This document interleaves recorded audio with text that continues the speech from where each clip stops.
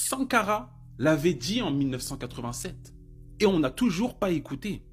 Thomas Sankara expliquait que la dette n'est pas seulement une question économique, elle est politique, coloniale et néocoloniale. Sankara dit clairement « Les origines de la dette remontent aux origines du colonialisme.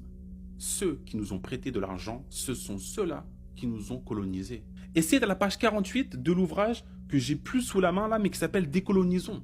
Voilà, je l'ai retrouvé, donc juste ici. La dette n'est pas neutre. Elle vient des mêmes puissances qui ont pillé l'Afrique et qui ensuite l'ont enchaînée à de nouvelles chaînes financières. Sankara dénonce aussi la continuité du système. La dette, c'est encore les néocolonialistes ou les colonisateurs qui se sont transformés en assistants techniques.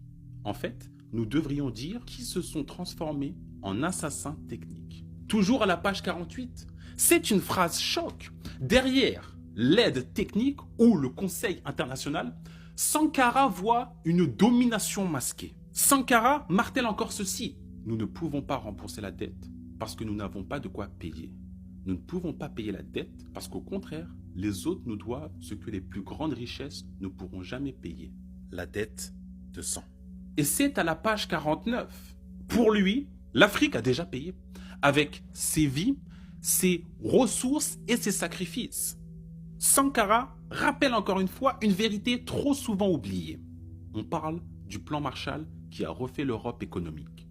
Mais on ne parle pas du plan africain qui a permis à l'Europe de faire face aux hordes hitlériennes. Qui a sauvé l'Europe? C'est l'Afrique.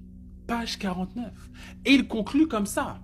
Nos pères furent courageux et nos anciens combattants ont sauvé l'Europe et finalement ont permis au monde de se débarrasser du nazisme.